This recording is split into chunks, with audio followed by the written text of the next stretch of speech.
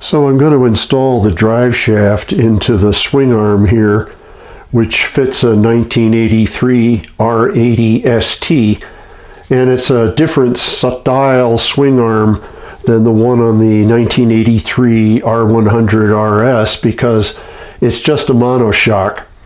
But all the drive shaft parts that I'm going to install are the same as on the 1983 R100RS, and the technique is the same.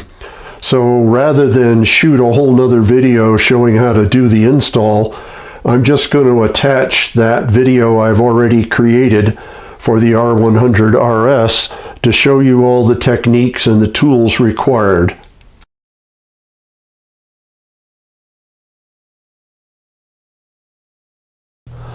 I'm getting ready to assemble the drive shaft and install it inside the swing arm on this 1983 R100RS. This is the shaft, and this is the end that connects to the transmission output flange with 4 bolts. And this end is splined, and it will take the bell coupling which connects to the rear drive. Now there's a big spring, and I'll show how that all goes together in a minute, but I want to point out here on this end of the drive shaft there's a groove that's been cut into it, and it's part of how all the parts are retained.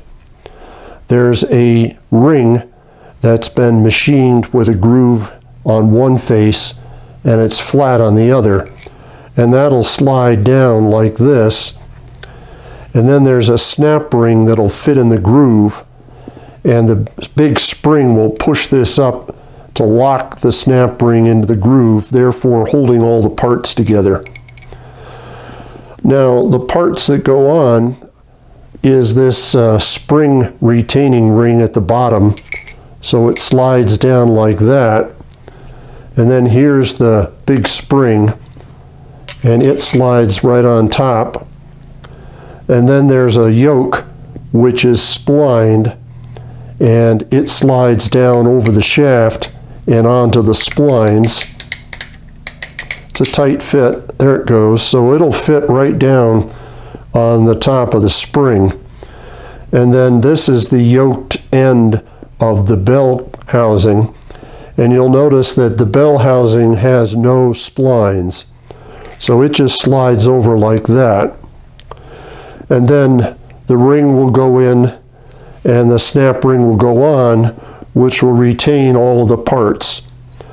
Of course, when I do that, I'll install the drive shaft into the swing arm like that. And then I can put all of the other parts on the end of the drive shaft. And I'll have to compress that spring, and I'll show you how to do that in just a second.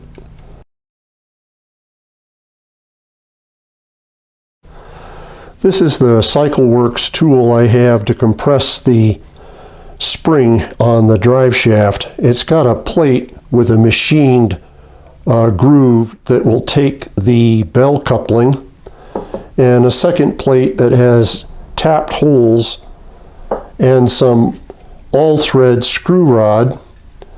It also has 4 large flat washers, thick flat washers, 2 nuts, and a couple of coupling nuts.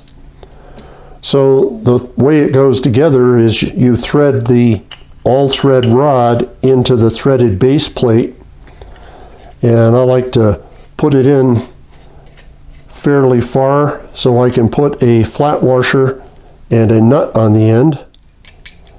And then I adjust the rod so that the end of the rod is flush with the face of the nut, just like that. So I'll go put the second one on. Now I've got the second rod on, and I have the drive shaft installed into the swing arm, but of course I haven't yet installed the snap ring and the little retaining ring, because I can't do that until I compress the spring. So I take the 2 threaded rods and the base plate, and this is the fun part. I kind of have to slip them There we go, just like that.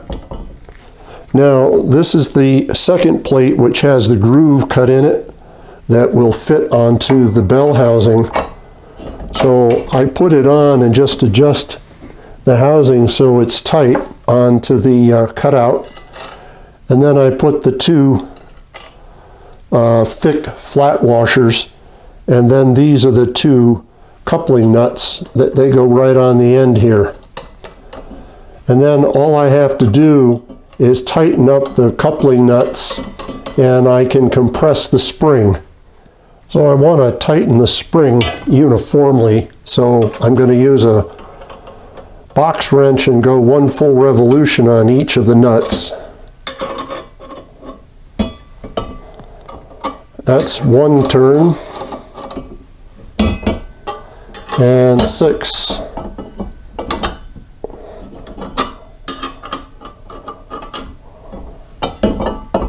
Okay, so the spring is fairly full compression, and I have plenty of room on the end of the shaft that I can slip the retaining ring in over the end, and then I can work to get the snap ring installed. Now to install the snap ring, I'm going to use some snap ring pliers, and I can use it then to expand the ring enough that I can get it to go over the end of the shaft and down into the groove. And when I get it part way, I'm also going to use a screwdriver to just kind of force it down around the end of the shaft. So I have the snap ring installed, and there's a groove in the edge of the shaft used to get the ring out, but you can see that the ring is all the way around the groove. Getting it in was interesting.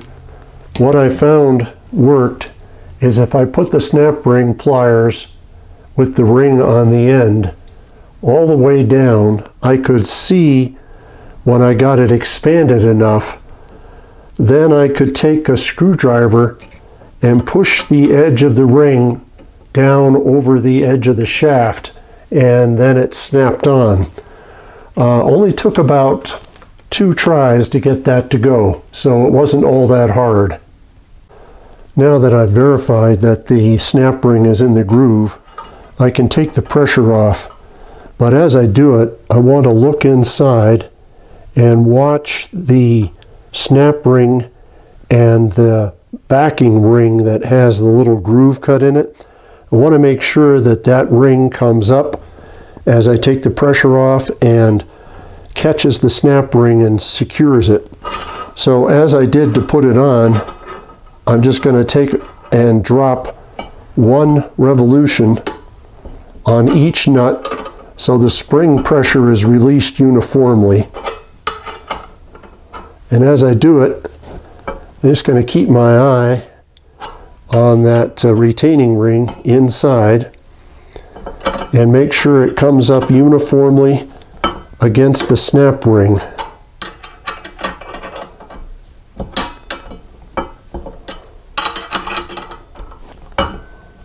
There. Now I can see that the snap ring is completely inside the retaining ring. So that means it's captured correctly.